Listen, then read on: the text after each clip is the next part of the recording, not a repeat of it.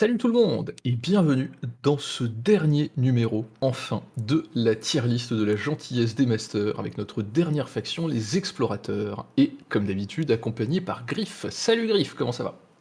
Ça va bien, merci. Coucou tout le monde. Et ouais, la dernière, mais pas des moindres. Et non pas des moindres, et donc la dernière faction qui est la dernière faction à avoir été introduite dans le jeu, Mm. les explorateurs. Alors, est-ce qu'on présente les explorateurs ou est-ce qu'on commence directement par le premier personnage? On peut juste donner un poil de contexte, mais ensuite on peut très vite enchaîner sur le premier personnage parce que c'est lui qui l'a fondé, la Guilde des Explorateurs. Justement. Mais pour le petit détail, pour ceux qui peuvent se dire qu'est-ce que Weird peut nous sortir par la suite, la Guilde des Explorateurs, il n'y avait aucun indice que ça existait, nada. On va voir qu'il y avait quelques personnages qui existaient déjà, mais ils n'étaient pas encore liés dans cette organisation, il n'y avait aucun lien. Et vraiment, on l'a vu débarquer avec un nouveau supplément flambant neuf et plein de contexte de nulle part. Donc, on peut toujours s'attendre à quelque chose de ce style-là par la suite. Oui, et c'est d'ailleurs une faction qui a, heu, pas une, cohésion très forte. Ça ressemble un peu à, je sais pas comment dire, d'une certaine manière à ce qu'étaient les mercenaires, c'est-à-dire c'est plein de gens qui se retrouvent de fait un peu ensemble, mais il y a pas une cohésion, de lore comme il y a chez, comment ça s'appelle? La guilde, les arcanistes ou des choses comme ça. Bah, ils ont une seule cohésion qui est que, c'est dit dans le nom, c'est une société des explorateurs, donc ça regroupe des gens qui vont explorer, qui vont se balader, dans Malifaux, qui vont explorer les terres de Malifaux. Le truc, c'est qu'effectivement, chacun le fait pour des raisons très différentes, qui ne sont pas liés par un but commun et ils ont juste, comme ce but commun de faire partie de cette société. Donc c'est un peu comme les résurrectionnistes où ils sont liés cette fois pas par une nature, mais par la être membre de cette société. Volontairement ou pas, ça dépend des gens. Mais ensuite, et du coup, c'est le fait qu'ils se baladent, un peu partout dans Malifaux en cherchant des trucs. Mais sinon, en dehors de ça, effectivement, ils ont pas plus de cohérence que ça entre eux, quoi. Eh ben écoute, commençons par donc le fondateur, de la Ligue des Explorateurs, pardon, à savoir, Lord Cooper. C'est ça. Lord Cooper, c'est quelqu'un dont la vie est pas très compliquée. C'est-à-dire que, c'est, un nanti, clairement, issu d'une famille aristocratique, très riche, bien située et tout. Mais, étant jeune, il voulait, lui, tout ce qu'il voulait, c'était profiter de la richesse à papa et maman et vivre sa meilleure vie de dilettante sans avoir besoin de rien foutre. Ce à quoi papa était pas trop d'accord et lui a dit qu'il ne toucherait rien et n'hériterait de rien, tant qu'il montrerait pas qu'il est un homme en vrai et qu'il, serait pas capable de sortir un petit peu les doigts et pour cela, du coup, il l'a confié à ses chasseurs pour, qu'il s'en fasse vraiment un vrai homme. Cooper a pas du tout été d'accord avec ça. Il a rechigné, il a lutté contre, cette, dictature paternelle terrible, mais il n'a pas pu y faire grand-chose et finalement, mine de rien, un peu forcé par sa situation, il s'est du coup entraîné à la chasse et de plus en plus, au fur et à mesure, il y a pris goût et il y a tellement pris goût que, au bout d'un moment, c'est devenu sa seule préoccupation dans la vie. C'est-à-dire que, il a fini par, abattre des bestioles et puis devenir de plus en plus bon là-dedans, être reconnu par son père, hériter du coup, du titre familial et de la richesse familiale. Mais, tout cela l'intéressait vraiment plus parce que la seule chose qui était devenue sa grande passion dans la vie, c'est tuer des trucs et tuer des trucs de plus en plus dangereux. Et donc du coup, quand la faille, de Malifaux s'est ouverte à nouveau et que c'était stable et qu'on a pu s'installer, il a entendu parler de toutes les horreurs qu'il y avait à Malifaux. Et là où normalement, quand on fait les récits, tous les horreurs qui y passent, ça effraie les gens et tout, lui il a fait: «Trop bien! Ça veut dire qu'il y a des trucs dangereux, ça veut dire qu'il y a des trucs encore plus gros à aller chasser, j'y vais!» Et du coup, non seulement il a décidé d'y aller, mais il a décidé d'amener avec lui un peu, heu, toute la les riches noblesses qui étaient un petit peu de son avis, qui étaient plutôt dans les mêmes lobbies que lui, qui l'accompagnaient pour la chasse et d'autres. Et il a décidé de fonder, pour rendre les choses plus simples, et pour, se donner un petit cadre, légal, il a décidé de fonder la Société des Explorateurs pour partir, à l'exploration de Malifaux et lui, pouvoir aller, trouver et tuer tout un tas de trucs. C'est un peu le safari, au milieu des horreurs, heu, enfin comment dire? Des trucs surnaturels et cetera. Ah, c'est totalement ça, hein, c'est chasse, pêche et tradition, mais dans un monde bizarre, de plein de monstres, quoi.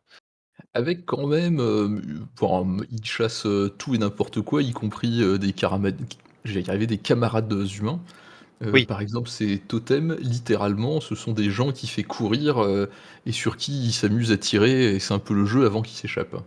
C'est ça, c'est-à-dire que, il est tellement sympathique que du coup, il se dit que, tout est bon du moment que ça devient une proie intéressante à chasser et il s'est rendu compte que, bah, les animaux c'est bien, mais les animaux c'est un peu limité niveau intellect, ruse, tout ça et tout et donc il s'est rendu compte que les humains, eh beh, les humains étaient capables d'ingéniosité que aucun animal n'était capable de faire donc il s'est dit: «Eh, c'est vachement bien, de pouvoir ça serait vachement bien de pouvoir chasser des trucs, vraiment très, très intelligents».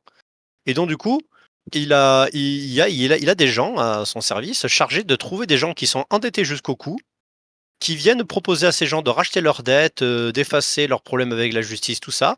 En échange de quoi, ils signent un contrat où ils sont, obligés, à tel moment, de participer à une chasse à courre, dans lequel, c'est eux les chassés et s'ils s'en sortent et beh, ils ont le droit, de partir avec, toutes leurs dettes le nettoyées, avec, tout ce qu'on leur a promis, de fait, mais évidemment, hein, je vous laisse pas vous cacher que, ils s'en sortent pas. Donc c'est quelqu'un qui Ouais. s'est dit: «La chasse, c'est tellement bien que je vais même chasser des humains et j'en ai rien à foutre». Côté un petit peu sociopathe, Ah Lord totalement. Cooper. Ah, c'est tu dis: «Ah, c'est lui qui a fondé la société». Ah! Mais c'est quelqu'un d'éminemment sympathique, dis donc! Mmh. Et du coup, d'ailleurs, donc ce que tu me disais, c'est qu'il a eu un accident dans lequel il a perdu un bras, c'est pour ça qu'il a un bras mécanique et à ce moment-là, il a, cédé sa place de, directeur de la, comment ça s'appelle? Société des explorateurs pour, le confier à quelqu'un d'autre, qui est le chef actuel. Oui, effectivement. C'est-à-dire qu'à un moment donné, il a chassé une bestiole, dont, un rouge-garou, pas le rouge-garou, le dirge, ours, je sais plus le nom. Une des bestioles qui est chez Marcus. Le Slatteridge Mauler. Et voilà, c'est ça. Donc un gros ours avec des cornes et encore plus dangereux et avec plus de pattes et encore plus dangereux et effectivement, il s'est fait, couper non seulement un bras, mais aussi les 2 jambes. Il s'en est sorti, miraculeusement, mais pendant très longtemps, du coup, il a été, alité et à ce moment-là, il a confié, la direction de la société à une vieille amie à lui, hem, évidemment, pourquoi j'oublie son nom? Janus. Gretchen Janus, voilà, et que ça revienne.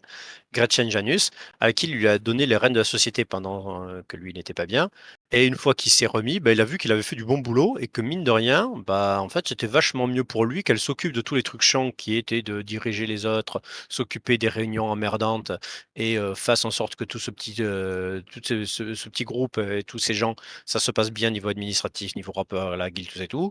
C'était vachement mieux qu'elle s'occupe de tout ça et que lui puisse continuer d'aller chasser, et donc du coup, il l'a conforté dans sa position. Il a dit, «Garde un titre de membre honoraire parce que quand même, faut pas déconner et mais sinon, vas-y, occupe-toi des affaires à ma place» et il est reparti notamment chasser un certain Marcus. Oui, ils ont une histoire, commune, mais Bah, Marcus qui devient une bête hein, et qui est une proie de choix pour Cooper. c'est totalement ça. C'est-à-dire que, bah, du coup, justement, Cooper, chasser des humains, c'est bien parce qu'ils sont malins, mais ils sont pas, très forts physiquement. Et les animaux sont très forts physiquement, mais pas aussi malins et du coup, Marcus, c'est la fusion idéale et c'est vraiment devenu la proie à battre, pour Cooper et donc du coup, c'est du fait de son évolution et sa deuxième version, ça reflète cela. C'est-à-dire qu'il est vraiment passé en mode Predator, comme Arnold Schwarzenegger, où il s'est rendu compte que les méthodes habituelles ne marchent pas avec Marcus parce il détecte les attraits de la technologie, par exemple, l'huile, les armes, la poudre, ce genre de choses et tout, les odeurs des humains et tout et du coup, il a décidé de plus en plus de s'attirer d'animaux de chasse, de s'armer, d'arcs et d'équipements comme ça qui se font moins remarquer. Pour pouvoir vraiment le traquer, et devenir lui-même, lui à la moi le lui-même à moitié animal, à moitié prédateur, et vraiment, devenir presque un petit peu comme lui, pour l'affronter sur son terrain et le battre sur son terrain. Et alors avant de le classer, peut-être on peut parler du coup un peu plus de la société des explorateurs aujourd'hui, sous la direction de ce nouveau chef. En fait, on sait très peu de choses, de Gretchen ou en tout cas de son but final. Parce qu'elle envoie des gens chercher à gauche à droite, elle recrute des gens, mais on sait pas du tout ce qu'elle veut ou ce qu'elle fait. C'est ça. On sait qu'elle a quelque chose de très bizarre. On sait qu'elle a, du sang qui n'est pas normal, qui est noir.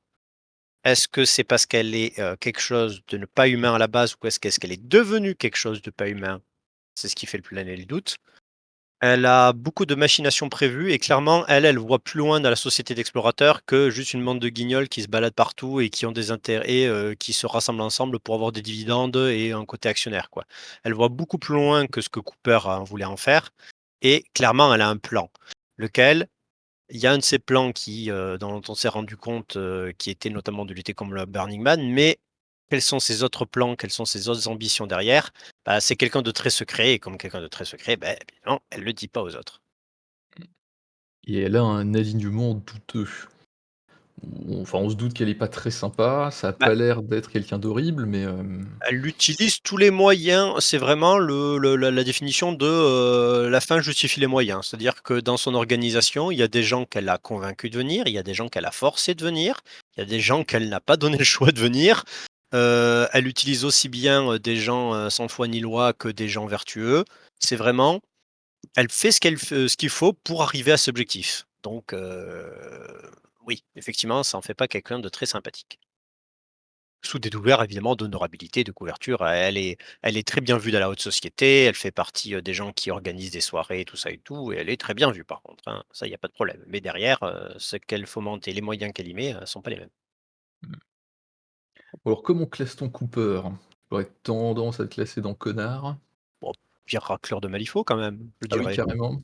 Bah, alors c'est pas le côté tyran de: «Je veux la fin du monde», mais c'est le côté: «Je tue tout le monde, la vie de personne ne m'est important, je vais même jusqu'à tuer des propres humains et tout ça pourquoi? Parce que c'est fun». C'est La vrai. seule différence avec, qui le sépare de Sheamus, c'est juste que lui, il a la loi de son côté, hein. Ah ouais, c'est vrai, c'est un meurtre oui, oui, c'est vrai. C'est il déguise ça avec, des accords et en passant et en faisant ça en soum soum et parce qu'après derrière il graisse des pattes machin et tout, mais, il organise des meurtres de sang-froid, il fait de la chasse un peu tout n'importe quoi et Non, non, c'est vrai. oh vraiment c'est un connard fini, hein, c'est mais sous des dehors de respectabilité et j'ai effectivement il y a plein de gens de pareil, un peu comme Grandchat, il y a plein de gens dans les salons qui diront que monsieur Cooper est quelqu'un de tout à fait gentleman, honorable et machin et tout.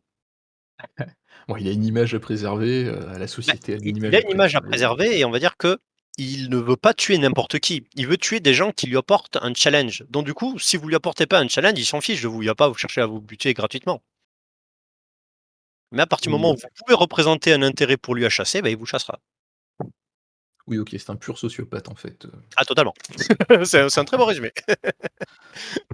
Bon, bah, écoute, ça commence bien pour la Voilà, la c'est ça et ça, c'est le fondateur de notre organisation, hein, mesdames et messieurs. On va passer un bon mmh. moment.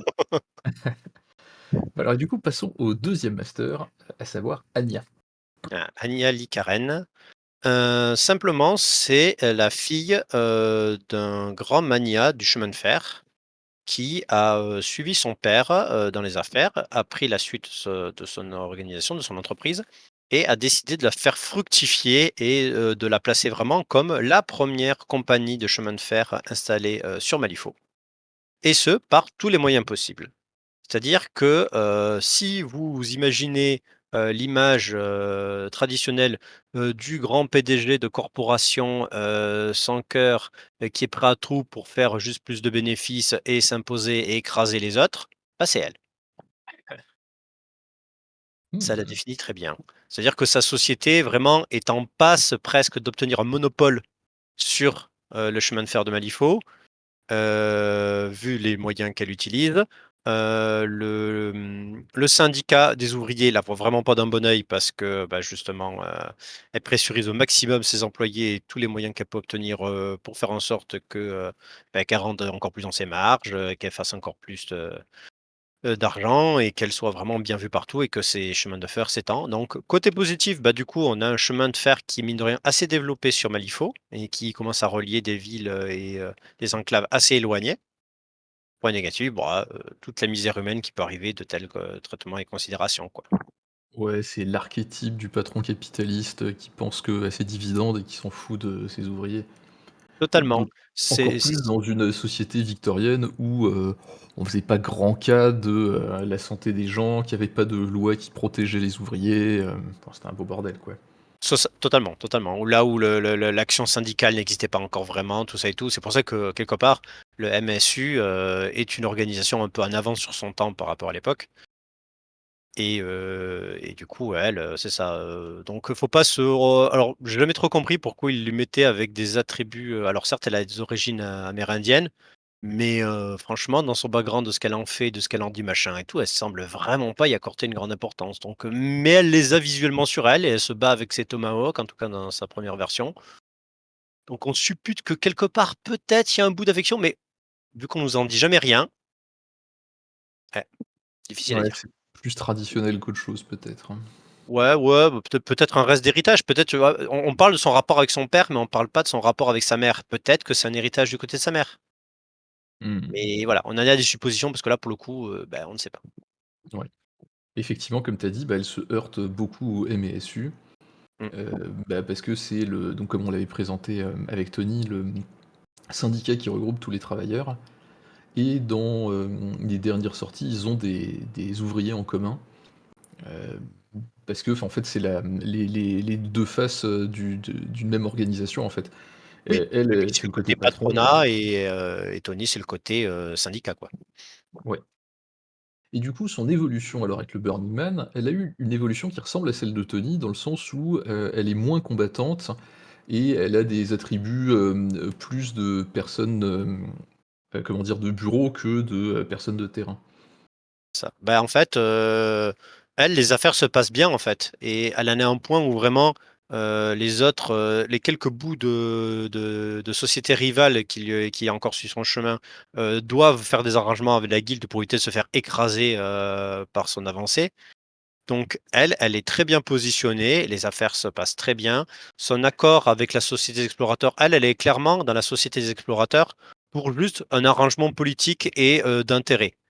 C'est-à-dire que, elle en fait partie parce que, bah, du coup, les hommes qu'elle peut en avoir en échange, les renseignements sur la cartographie de Malifaux, tout ce genre de choses, beh, ça l'aide à faire, développer son business et elle, en retour, elle met à disposition son chemin de fer et ses trains, des fois pour des convois vraiment très express, pour des membres de la société, pour les amener à bon port, aux endroits où il faut, tout ça et tout.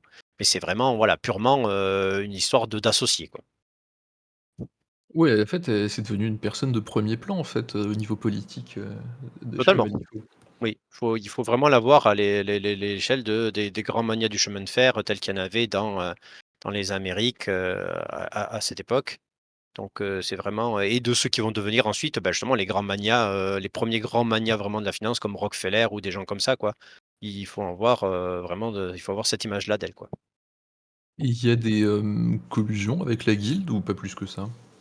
Aux 2 arrangements, mais enfin, elle s'assure d'être toujours dans le cadre légal de la guilde, mais elle est devenue tellement puissante qu'elle a pas besoin en soi de collusion avec la guilde, quoi. C'est plus, comme on dit, c'est ses rivaux qui essaient de gratter un peu des choses de son côté. Donc du coup, c'est plus une contrainte, on va dire, pour elle, la guilde qu'un allié, quoi. Ouais, je vois. Bon, je l'ai classée dans connard, Oh oui, c'est ça, hein, ça c'est semble honnête. elle va pas Elle est tuer des peut-être gens gratuitement, mais par contre, si ça peut lui permettre oui. de rogner un peu sur un salaire ou, sur, de faire arriver un chemin de fer plus vite, elle hésitera pas, quoi. Mais, elle va pousser les gens à le faire indirectement, mais Bah, on n'aurait pas été à Malifaux, on aurait peut-être pu la classer pire raclure, mais bon, c'est ça, voilà. il y a quand même pire. Mmh. Et bah, OK. Et bah, écoute, passons à une personne, fort mystérieuse, une des personnes les plus mystérieuses de Malifaux a priori, qui est English Ivan. Ah, justement, English Ivan, ça fait partie de ces personnages qui étaient cités dans les autres, les anciens, livres de Malifaux et qu'on voyait de temps en temps dans quelques nouvelles, sans qu'il ait jamais eu de figurine à son nom ou quoi que ce soit.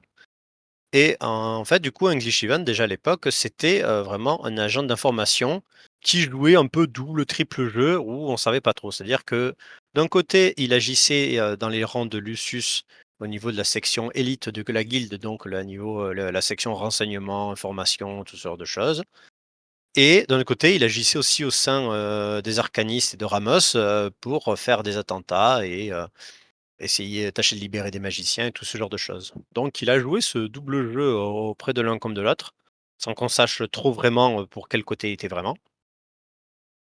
et il a fini par être, bah, du coup, par être approché, par la société Explorateur qui a reconnu, ses talents et ses qualités et qui lui a proposé de rentrer à leur service à eux. Chose qu'il a accepté et qu'il a fait parce que, bah, justement, ça fait partie des gens, très, très mystérieux dont on n'a aucune idée de ce qu'il veut dans la vie. Pourquoi il fait tout cela? Est-ce qu'il le fait juste parce que, bah, faut bien vite de quelque chose et il est bon là-dedans? Est-ce qu'il a un secret plan de quelque chose derrière? Difficile à dire, comme, voilà, tous les gens très mystérieux et très sombres et secrets. Mais en tout cas, c'est quelqu'un qui est, voilà, habitué à vraiment l'information et qui, du coup, a mené à créer un bureau, des affaires inélégantes, on pourrait le traduire comme ça, qui est justement une sorte de bureau de renseignement, en fait, avant l'heure, tout simplement. Mmh. Oui, c'est quand même quelqu'un qui poursuit des buts, enfin, qui n'ont aucun sens les uns avec les autres. Le fait de travailler à la fois pour les services secrets de la guilde et pour faire des attentats pour les arcanistes a pas beaucoup de sens. Je crois qu'on n'a aucune idée si enfin, c'est pareil, la société des explorateurs, il y est fidèle, mais jusqu'à preuve du contraire, parce qu'a priori, on sait pas trop ce qu'il veut, ce qu'il fait. Et même il a une maîtresse, enfin, je sais pas si c'est une maîtresse, une femme, un truc, qui est, comment elle s'appelle déjà? Li Feng. Mei Feng et c'est pareil, on sait pas vraiment si c'est sincère, si, il s'en sert comme il se sert d'un peu tout le monde autour de lui. Enfin, a priori, il y a pas beaucoup d'indices, en fait, sur, bah, qui il est réellement et ce Bah, qu'il ouais, veut. Mei Feng, c'est peut-être le plus gros indice sur un fond de personnalité qu'il a parce que en soi, il a sauvé Mei Feng au moment où celle-ci s'opposait à l'ancien gouverneur général Kitchener, au moment où celui-ci était en train de devenir un tyran. Mei Feng l'a affronté et à ce moment-là, le gouverneur a explosé, on va dire, et du coup, Ivan l'a récupéré et l'a sauvé. A priori, il l'a dit à personne derrière, il l'a plus ou moins caché et depuis, ils se voient tous les 2 en secret. Donc, à moins qu'à un moment donné, il se serve de cette relation-là avec elle pour, abuser d'elle et obtenir quelque chose, mais en tout cas, pour l'instant, il a rien demandé et il se contente de se voir en secret. Donc pour l'instant, on pourrait dire que c'est le truc le plus humain qui le ressemble s'il s'en sert pas pour la manipuler derrière, mais pour l'instant, c'est pas le cas. Donc pour l'instant, de présumer de ce qu'on voit, c'est peut-être le quelque chose de plus proche qu'il a eu d'un fond vraiment sincère, quoi. C'est vrai, mais étant donné le personnage, on peut très bien apprendre que en fait, c'était pour, infiltrer les Ten Thunders et que en fait, enfin, C'est ça, on peut jamais on savoir, c'est tout le voilà. problème de ces genres de personnages très mystérieux, ouais, effectivement. Mmh. Et côté background, alors lui, pour parler un peu de son mot-clé, il a donc les, DUA, je crois, qui est son, bureau des affaires secrètes Mmh, et des ombres qu'il contrôle avec, des espèces de dispositifs, un peu étranges. c'est ça. Et d'ailleurs, il a un double de lui-même, en version ombre et cetera.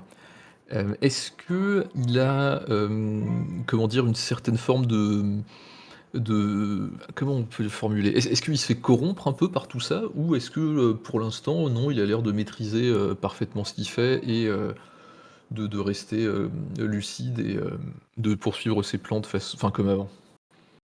En fait, ouais, le DUA, ouais, c'est pour Direction of, Ungentlemanly Affair. Donc, c'est ça sorte un peu de agence de renseignement avant l'heure. En fait, eux, ce sont tous les gens qui travaillent avec lui et plus ou moins à son service. Hem et les ombres, en fait, c'est quelque chose avec lequel il est entré en rapport en rentrant au service de la Société des Explorateurs parce que, en se mettant avec eux, il a récupéré une soulstone noire, d'un noir profond insondable et en fait, il s'est avéré que, cette soulstone, en fait, grâce à elle, il peut rentrer dans une sorte de plan parallèle qui est un plan d'ombre. Et dans ce plan d'ombre, beh, du coup, en fait, il y trouve des entités et du coup, ces entités, s'est rendu compte qu'il pouvait les faire sortir, les arracher de force de ce plan pour ensuite les, subjuguer à sa volonté et leur faire des choses dans le plan de Malifaux. Donc du coup, il a, vraiment un peu ce rapport d'autorité et de soumission envers elle. C'est pour ça qu'il y en a certaines que vous voyez qu'elles ont des colliers faits autour, de leur cou ou des choses comme ça, parce qu'il y en a certaines où en fait, juste l'usage de sa soulstone et de ses pouvoirs ne suffisent pas et il y a besoin de mettre en place d'autres systèmes pour vraiment les contraindre et les obliger à obéir. Donc c'est vraiment un rapport de domination et il le sait très bien que ces entités ne voient pas du tout d'un bon œil ce qu'il est en train de leur faire et leur faire subir, qu'elles détestent aller dans le monde de Malifaux parce qu'il y a de la lumière et des choses comme ça et ça leur plaît pas. Et du coup, il est dans ce rapport de force avec elle et le problème, c'est qu'effectivement, avec l'arrivée du Burning Man et beh, ça a vu que ça a, un peu perturbé tout. Ça a aussi perturbé notamment le rapport entre les mondes, vu que le Burning Man, il arrête pas de passer entre Malifaux et la Terre, par exemple. Beh, ça perturbe aussi le plan des ombres et du coup, c'est devenu encore plus dangereux que pour Cooper qu'avant, de réussir à rentrer dans le plan des ombres sans avoir trop de soucis.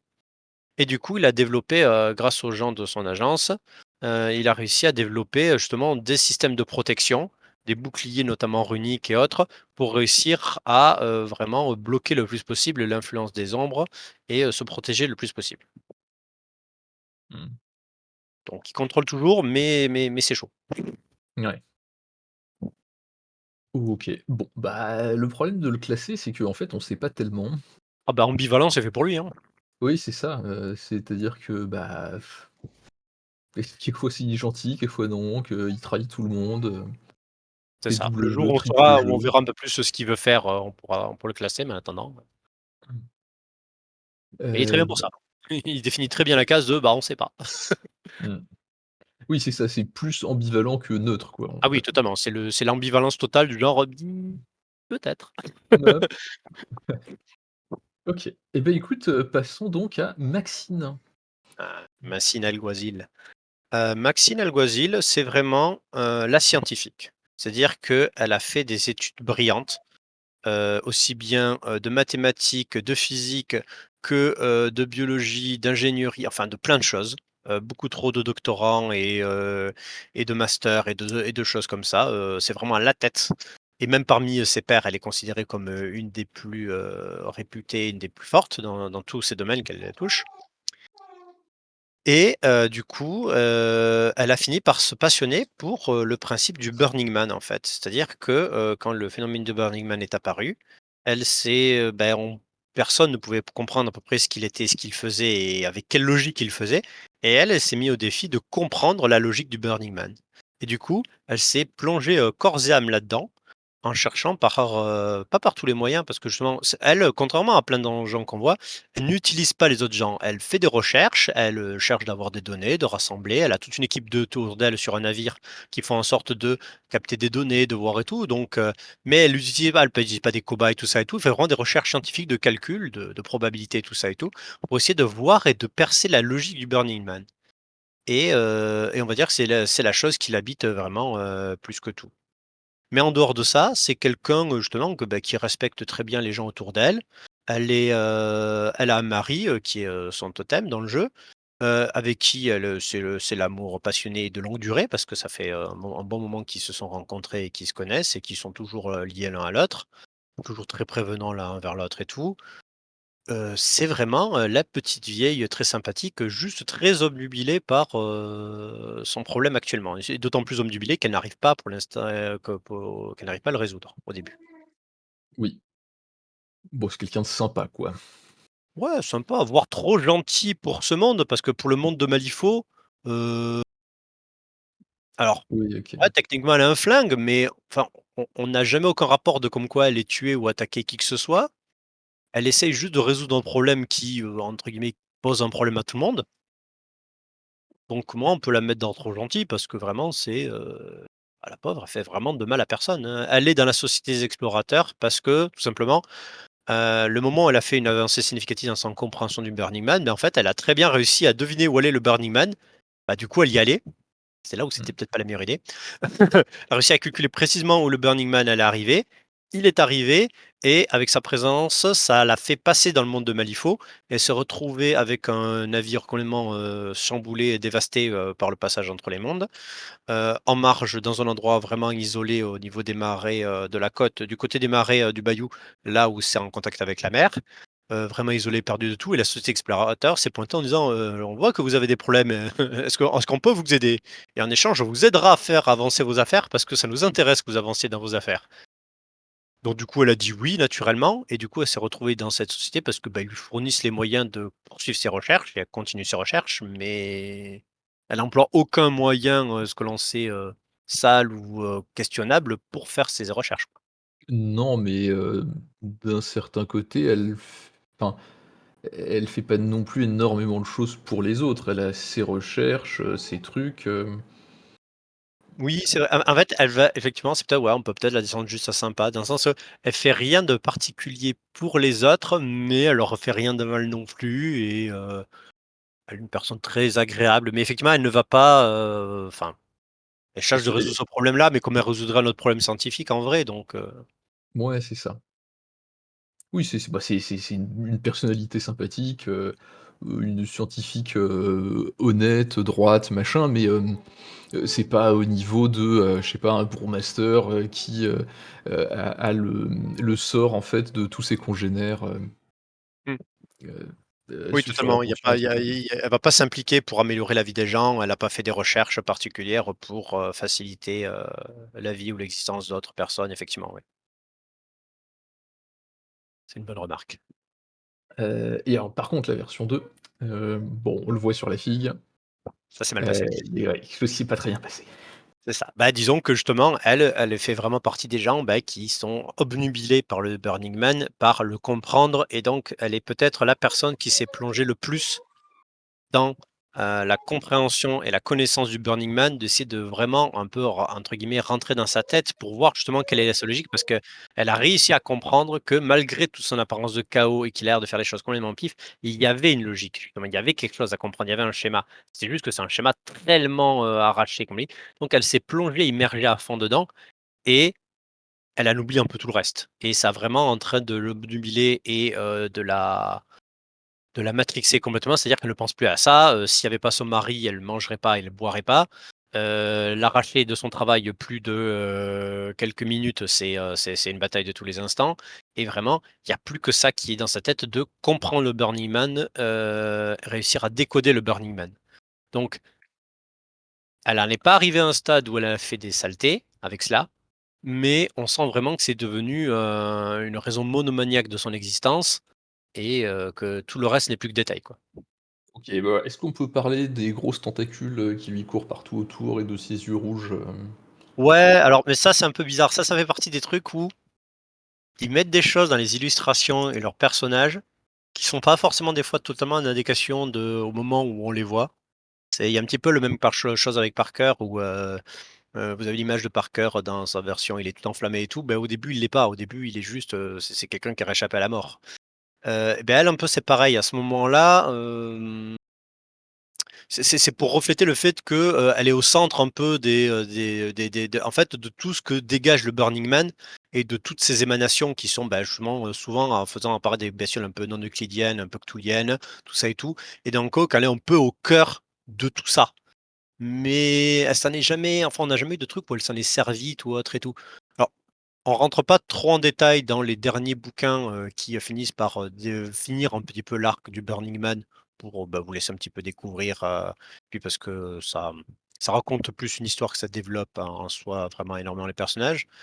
Mais c'est pas enfin, on décrit pas qu'elle a des yeux, enfin, elle a des yeux un peu de quelqu'un de possédé, un peu de quelqu'un de d'omnibulé par quelque chose, mais elle a pas un aspect si démoniaque que ça pour son entourage. En tout cas, ils sont très inquiets par la tête qu'elle a et les trucs, mais ils disent pas qu'elle a des tentacules qui lui poussent, à gauche, à droite.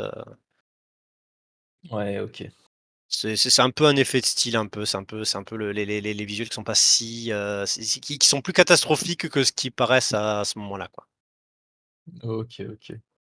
Alors du coup, comment qu'on la classe? Parce que, un peu comme Parker, on l'a pas vu faire des choses, mais on se doute que ça tourne mal. Peut dire ambivalent parce que justement elle peut basculer un peu comme un Cooper, enfin un peu comme un Ivan, elle peut basculer du coup à tout moment, mais là pas non pas parce qu'on sait pas ce qu'elle veut, mais parce que, on sait pas dans quoi elle va basculer, quoi. Ouais, bon, on se doute que, a priori, ça risque de pas très bien se passer. Ouais, le Burning Man n'a pas l'air d'apporter de l'amour et de la De la stabilité, stabilité mentale. mentale autour de lui, donc ça c'est un petit peu, ça commence à être proche un peu, bah, justement, c'est ce que je disais par tout lien, c'est on commence à arriver dans ces idées un petit peu de folie, de choses qui rongent l'esprit et qui travaillent la mentalité et qui, au petit à petit, au fur et à mesure, fait basculer quelqu'un dans la folie et on est sur avec le Burning Man, on est sur quelque chose d'un peu Lovecraftien, mine de rien et donc tous ceux qui sont touchés, par cette influence-là, le prennent plus que les autres, quoi. Ouais, OK. Et beh, on verra la suite. Qu'est-ce que l'avenir, réserve pour, la pauvre Maxine? Ça. Et donc là, eh ben, on va passer à d'autres types de gens, Mmh. des gens un peu étranges, Oui, qui ont rejoint la Ligue des Explorateurs, genre pas des humains et des habitants de Malifaux a priori. En premier Nexus, ouais, qui est une espèce d'esprit ruche, insectoïde. tout à Je fait. saurais pas trop comment la décrire en fait. Bah, oui, non, c'est ça, c'est vraiment, enfin, c'est vraiment un esprit de nuée, en fait, c'est ce qu'il faut se dire. C'est que, bah, en fait, Nexus, c'est la très bonne illustration de, bah, quand vous êtes une société qui explore partout dans les endroits bizarres de Malifaux et isolés, des fois, vous tombez sur des trucs bizarres isolés, qu'on avait isolés pour une bonne raison et il aurait peut-être pas fallu, ouvrir ce tombeau ou, aller dans tel endroit. Mmh. Même si pour l'instant ça se passe pas trop mal, mais bon, on se doute que l'avenir peut être un petit peu compliqué. En fait, Nexus, c'est, une entité qui a été créée par Titania. Titania, on se rappelle, c'est, l'ancienne reine des Neverborn, la reine des Fae, qui a, à l'époque, lutté, uni, les peuples Neverborn pour lutter contre les tyrans, qui, dévastaient leur monde, leur population et qui se comportaient en vraiment, dieu destructeur omnipotent. Pour lutter contre eux, bah, du coup, Titania étant une déesse de la régénération de la vie, enfin pas une déesse, une entité on va dire, elle s'est dit que, elle allait devoir un petit peu, à la façon des tyrans, pour être à leur niveau, utiliser la vie et justement créer des nouvelles formes de vie pour leur faire face. Faire face à leur création, faire face à leurs dangers.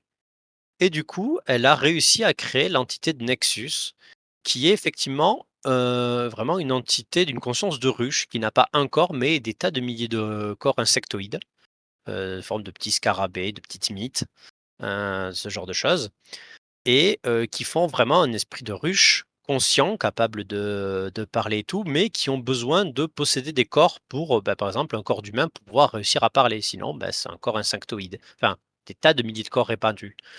Et du coup, à l'époque, bah, du coup, c'est devenu un magnifique a agent et serviteur pour, Titania parce qu'en fait, il peut vraiment étendre, sa nuée d'insectes dans beaucoup de corps et beaucoup d'endroits à la fois et il peut un peu, entre guillemets, en parasitant les corps des autres, se reproduire un petit peu et s'étendre d'autant plus.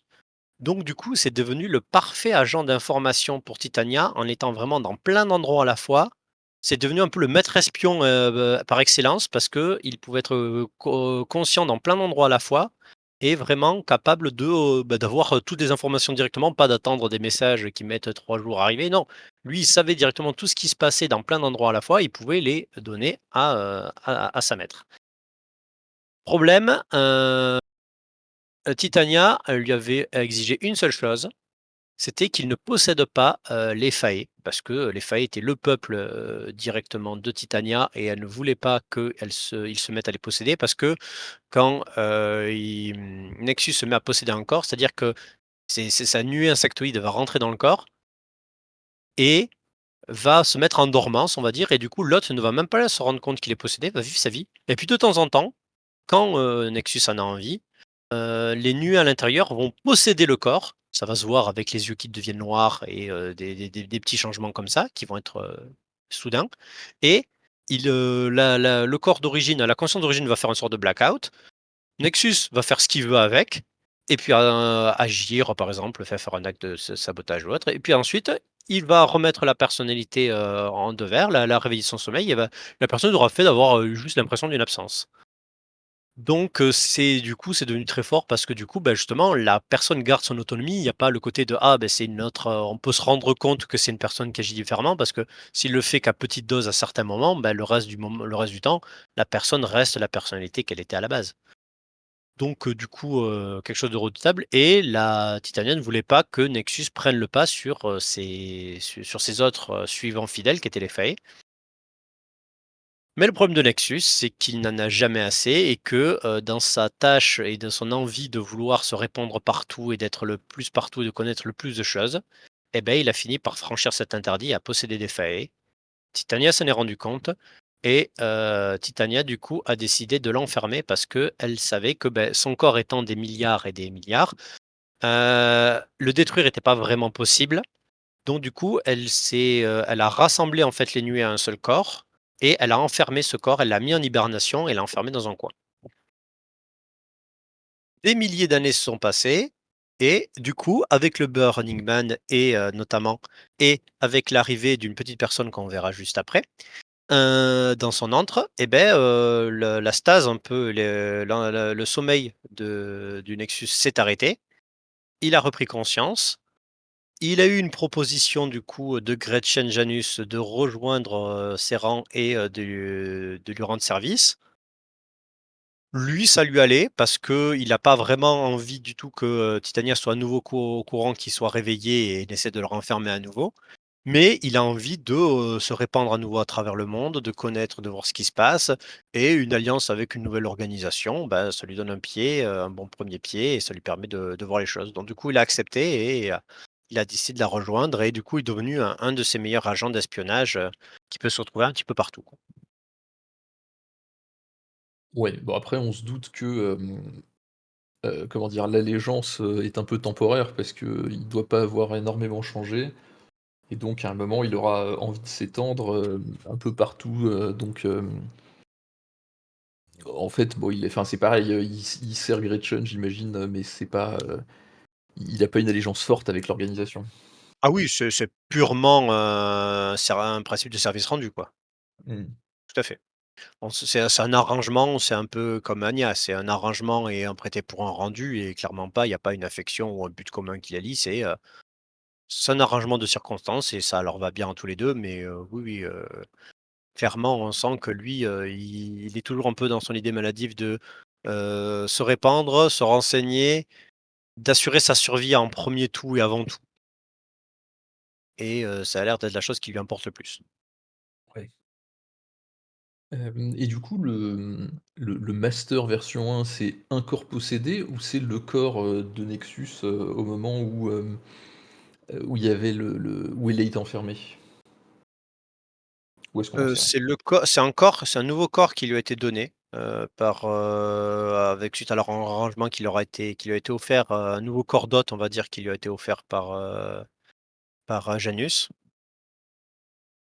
et ensuite il a eu des problèmes, c'est-à-dire que, avec le Burning Man, en fait, l'arrivée du Burning Man, il y a eu un moment donné où, il avait pas mal de corps, rassemblés à un endroit et le Burning Man est arrivé, à l'endroit où se trouvaient ces corps, a fait tout exploser. Mmh. Et d'un coup, il a perdu une bonne quantité, de ses autres parasites et c'est là qu'il s'est dit que, beh, ce Burning Man est totalement incontrôlable et peut arriver littéralement n'importe où et que, bah, s'il arrive sur son corps d'hôte et beh, c'est la merde pour lui. Et du Mmh. coup, à ce moment-là, il se dit que ça serait vachement plus pratique et vachement plus sécurisant pour lui de pas avoir un corps hôte de référence et ensuite se répandre dans plein d'autres, mais d'avoir plusieurs corps d'hôtes de référence. Et c'est à ce moment-là qu'il va justement tâcher de diviser son corps d'hôte, d'origine en plusieurs corps d'hôtes pour éviter justement de mettre un peu tous ces dans le même panier et de risquer de se faire, détruire si jamais on tombe sur un de ces corps. Mmh. Ouais, d'où la version 2 du master qui en fait est 3 figurines séparées et plus une seule. C'est ça. Il s'est dit qu'un seul, c'était trop risqué. OK. Bon, alors où est-ce qu'on classe le Nexus? Oh, c'est un connard, enfin, je sais pas. Connard, pire raclure? Heu, il veut sa survie à lui, pour sa survie à lui, il possède les gens en ayant rien à battre. Bah, disons que c'est un peu une entité qui ne cherche que à grandir et à posséder, de plus en plus de gens pour, grandir encore plus, pour survivre, pour machin. Oui. Oui, il tue pas, mais il possède, donc c'est à peu près tout aussi grave, voire pire, voire Ouais, parce c'est que un c'est peu plus trop pernicieux, on va même. dire. Enfin, c'est pareil, Ouais. quoi, c'est le même niveau. Donc, oui, oui, on peut le mettre dans pire raclure. Il a pas le côté vicieux de, Ouais. c'est un plaisir, mais il hésite pas à faire, tout ce qu'il peut pour survivre et effectivement posséder les gens, leur forcer à faire, enfin les priver de leur libre arbitre, ça lui pose, enfin il a pas de cas de conscience quoi, c'est pas quelque chose qu'il traverse quoi. Non, c'est ça, puis enfin, ce qui s'est passé avec Titania, ça montre aussi que, bah, a priori, on peut pas trop lui faire confiance, ni faire d'arrangements avec. Non. Ouais, il y Mmh. aura toujours un moment donné, enfin, a priori, de ce qu'on a vu de l'expérience, c'est qu'il y a toujours un moment donné où, son envie de posséder tout, va plus loin, donc oui, oui, on peut le mettre en Pirates, ouais. Bon, puis la version 2 pareil, hein, de toute façon, il y a pas eu Bon, ça beaucoup va. d'évolution, Non, à la part mentalité n'a Goku, pas changé. ouais, c'est Il y a pas encore eu de d'humain, qui l'a possédé, qui lui a tenu tête et qui lui a dit: «Mais pourquoi tu possèdes les gens? C'est pas bien de posséder les gens». Il a pas eu ce cas de conscience, tu vois, encore. Généralement, c'est ce qui aide un peu dans les univers de imaginaires, de faire changer un peu d'avis les unités parasitaires, c'est quand il y a un hôte qui résiste un peu, mais bon, ça, j'ai pas encore eu ça. Non. Bah, je crois qu'on a fait le tour de Nexus et donc on Oui, peut passer à, Mamie Jetza. Mamie Jetza. Ah, Mamie Jetza. Bah, Jetza, c'est quelqu'un de très particulier et étrange parce que c'est une personne immortelle. C'est-à-dire que dans sa jeunesse, elle avait juste remarqué que, sa jeunesse qui date d'il y a un sacré moment, hein. On sait qu'elle a passé, ça fait plusieurs siècles qu'elle existe au moins. On sait que dans sa jeunesse, elle trouvait juste qu'il y avait une sorte de bénédiction où en fait autour d'elle, la nature florissait, était plus bourgeonnante, les arbres poussaient plus vite et vraiment elle était un peu comme si, elle encourageait la nature autour d'elle à grandir et à se développer. Elle trouvait ça chouette. Mais elle s'est rendue compte avec les années que plus les années passaient, malheureusement, même si elle vieillissait, elle n'en arrivait pas à mourir et elle s'est rendue compte que, sa bénédiction était devenue pour elle une malédiction parce que, bah, comme le dit le dicton, l'immortalité c'est long surtout vers la fin, bah, c'est totalement ce qui s'est mis à lui arriver. C'est-à-dire qu'elle a vu les gens autour d'elle et à qui elle tenait mourir, dépérir puis mourir et ça en boucle et sans elle rien pouvoir y changer parce que elle ne mourrait pas. Pire, elle, au fur et à mesure du temps, non seulement elle ne meurt pas, mais elle s'est rendue compte que dans sa proximité, les gens qui meurent reviennent à la vie et ceux qui viennent à mourir ne meurent pas et restent dans un état un peu transitoire, un peu entre la vie et la mort. C'est-à-dire que la chair peut pourrir, si vous voyez la figurine ou la l'image, vous voyez elle a l'air plus, vraiment que d'avoir que la peau sur les os. Ça peut être vraiment être d'un état, très très avancé, de maigreur et tout, mais ça reste plus ou moins vivant. Mais par contre, dès qu'elle, les quitte, dès qu'elle en part, la l'entité ou la personne, repart dans son état d'origine. Donc elle maintient un peu en vie tout ce qui est autour d'elle, mais sans même le décider. C'est naturel et c'est plus fort qu'elle. Et du coup, c'est quelqu'un qui déjà de son vivant, était quelqu'un de très curieux et qui s'était baladé à gauche, à droite. Beh, elle a continué de se balader, déjà parce que, bah, si tu restes toujours au même endroit, d'être une entité immortelle, ça finit un peu par se remarquer et p parce que elle a toujours ce secret, espoir au fond d'elle de finir un jour par trouver, en allant quelque part, à un endroit ou autre, de trouver quelque chose qui pourra la libérer de sa malédiction Oui, c'est et un c'est personnage qui cherche à mourir, en fait. bah, oui, comme toute personne saine d'esprit qui est vivante depuis un peu trop longtemps. Effectivement, ça l'a pas amenée elle à devenir, «Je veux devenir la maîtresse du monde» et tout. Elle a gardé son bon sens, elle a gardé sa gentillesse parce elle semble vouloir le bien des gens autour d'elle,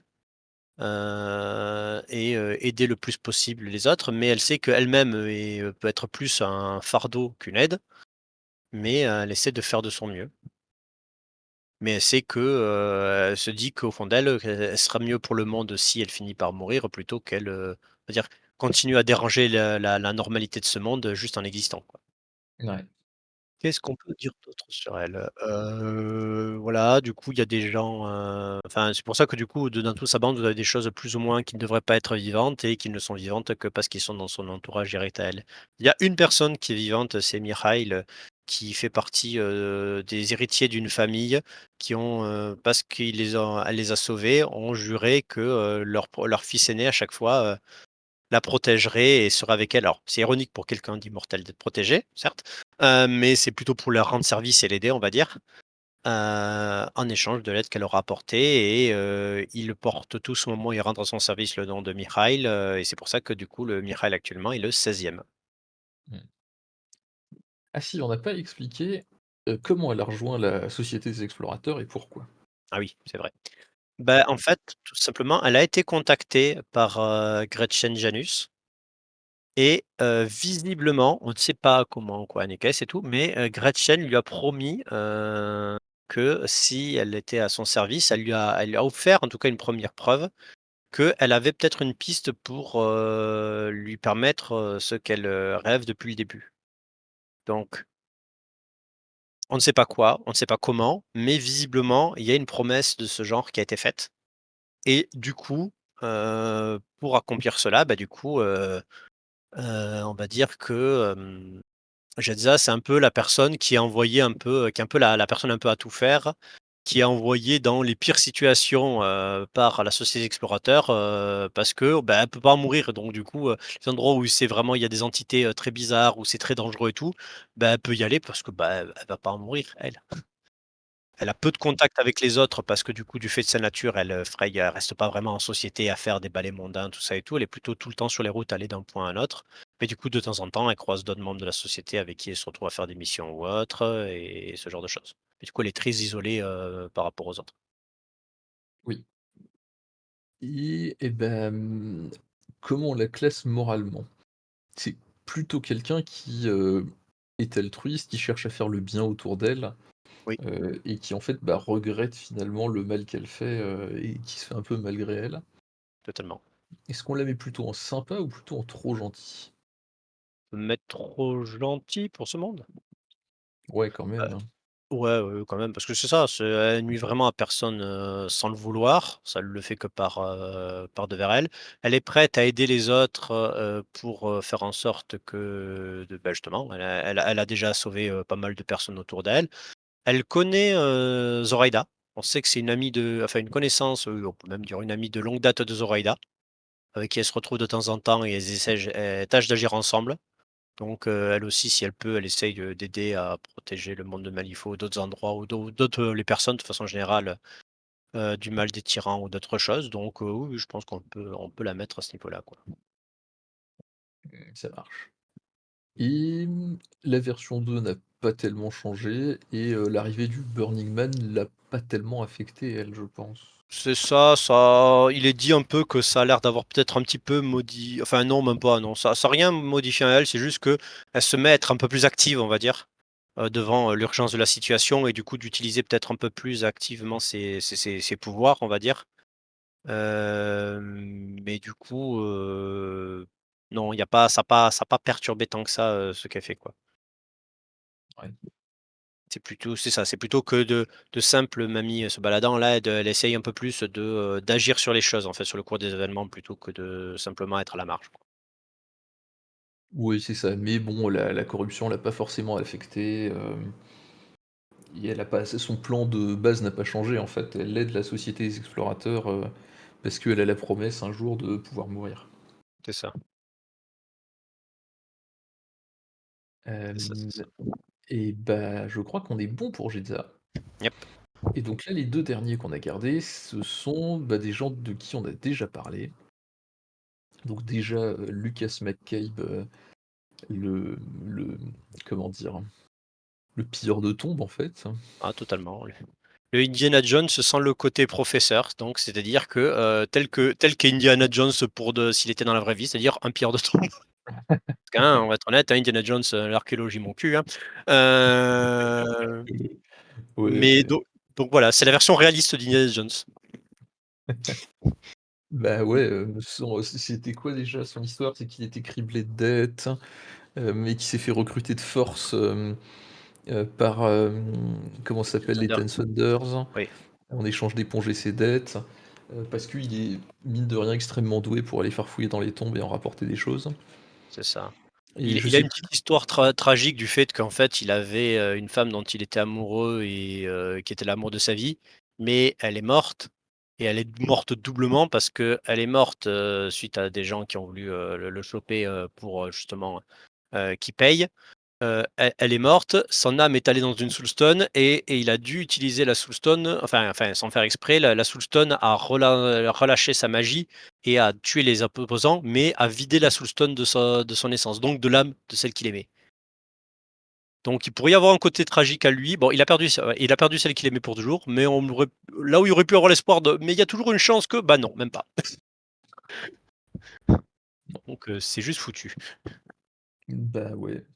Et du coup depuis, bah, ouais, en fait, il continue de faire ce qu'il sait faire, par principe et parce qu'il a jamais reçu rien faire d'autre, ou qu'il s'est jamais intéressé à d'autres choses. À la base, il est originaire d'une pareil, un peu comme Cooper, il est originaire d'une famille aristocratique et tout, mais lui, il s'en est très vite barré pour faire, sa vie, par Mont et par Vaux. Du coup, il continue de faire ça, c'est juste que, effectivement, il est employé par les Ten Thunders pour leur ramener des choses, en douce et une fois qu'il a été dégagé de la guilde quand le gouverneur général a été changé et que le nouveau a vu tout le bordel et a vu tous les gens un peu louches qu'il y avait au sein de la guilde qui avaient été recrutés par l'ancien, parce que l'ancien se fichait de qui vous étiez du moment que vous faisiez ce qu'il voulait.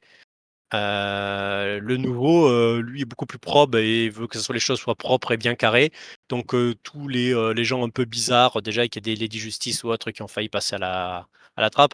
Alors, les mercenaires, chasseurs de pilleurs de tombes, c'est hop là, ça dégage. Donc il s'est fait dégager et du coup recruté par la société explorateur qui a dit: quelqu'un qui se débrouille bien pour aller partout dans les endroits, chelous et ramener des trésors, des artefacts». Sachant que on ne sait pas tous les plans, de la grande chef de l'organisation, Janus. Mais, en tout cas, une chose qui l'intéresse, c'est les artefacts étranges. Bah, venez monsieur, on vous recrute, on vous engage et vous allez venir bosser avec nous. Ouais, ouais. Donc voilà quoi et lui fait ça et voilà. Il n'est pas désagréable à vivre, je pourrais être même quelqu'un de si vous aimez le genre un peu, à la Han Solo, voilà, ou à la Indiana Jones, ce genre d'attitude un peu, à la fois un petit peu négligée, mais à la fois pas forcément complètement connard non plus, mais, voilà. Pas si désagréable que ça, mais bon, on l'a jamais vu être complètement enfin altruiste envers quelqu'un, aider d'autres gens, il fait son job et puis voilà. Il me semblait qu'on l'avait quand même pas classé, dans les très sympathiques. Oui, bah, parce que justement, bah, il est pas prêt à aider la moindre personne et du coup, bah, il a déjà tué, déjà d'autres personnes, qui bon après on pourrait dire qu'il en voulait à lui, mais voilà, pareil, lui, il utilise un peu, le la fin justifie un petit peu les moyens aussi. C'est-à-dire que du moment qu'il ne cherche à protéger personne d'autre à part lui-même, Ouais, c'est ça, il pense qu'à lui, dans ce cas lui, voilà quoi. il détombe en fait, donc enfin, C'est ça, voilà, c'est chez qui que ce soit, il cherche pas à suivre un code moral ou des principes. Ouais, c'est pas justement, c'est pas un peu comme un Indiana Jones qui pourrait dire c'est un peu la différence qui le différencie avec un sort d'Indiana Jones, c'est que Indiana Jones, OK, certes, il va dans des tombes, machin et tout, mais c'est pour ramener les objets, pour qu'ils soient ensuite pour des bonnes causes, machin. Lui non, lui c'est juste pour le principe. Parce qu'en plus, bon et puis parce qu'il y est maintenant, il est aussi obligé. Donc bon. Ça en fait pas mmh, quelqu'un de forcément très, très sympathique. Mais oui, mais c'est le genre de, mi-connard mi-neutre si vous préférez. C'est pas non plus, gens qui va vous lacérer, pour le plaisir. Mais, non, mais bon, c'est pas quelqu'un qui déborde de moralité et de bonnes intentions, quoi. c'est ça, c'est ça. Il a toujours fait les choses que pour lui, par devers lui. Ça a toujours amené en plus et jusqu'à que ça amène, sa propre femme à en mourir. Bon Mmh. et on dit pas que, et puis voilà, ça aurait pu justement être un changement chez lui, du genre maintenant il fait attention à ce qu'il implique. Non, enfin on dit rien de cela, que ça lui fait, et puis il y a des moments où on voit que quand il faut sacrifier des gens, il hésite pas à sacrifier des gens donc Ouais, bon, il va voilà. rester dans connard, hein, que là où on l'avait classé. Et d'ailleurs, en parlant de McCabe, c'est lui qui a retrouvé Nexus? Ou je me trompe, hein? Non, mais Nexus, c'est Jedza qui a trouvé. Ah oui, j'ai ça, OK. Ça marche. Et beh, écoute, et le dernier, donc Bass, qu'on avait classé dans, très gentil, hem, bah, qui est en fait, un shérif, hem et qui fait son boulot de shérif, et puis voilà, en fait, on en avait parlé dans la guilde, donc on va pas redévelopper les histoires avec sa fille, avec la D'accord. guilde et cetera. Mais bah, c'est, un serviteur de la loi, bah, qui essaie de faire son travail, le plus honnêtement possible, c'est quelqu'un d'extrêmement droit, d'extrêmement bien dans ses bottes, enfin voilà quoi, quelqu'un de Totalement. très Et gentil. ça n'empêche pas d'être dur, bah, parce que le monde est dur et que, il faut survivre dans un monde dur. Donc, il hésite pas à tirer s'il le faut et tout. C'est pas pourtant que c'est quelqu'un de pacifiste, Mais par contre, effectivement, il ne s'en prend à personne, qui ne va pas chercher des bottes avant, il, se défend ou il arrête ceux qui s'en prennent à d'autres.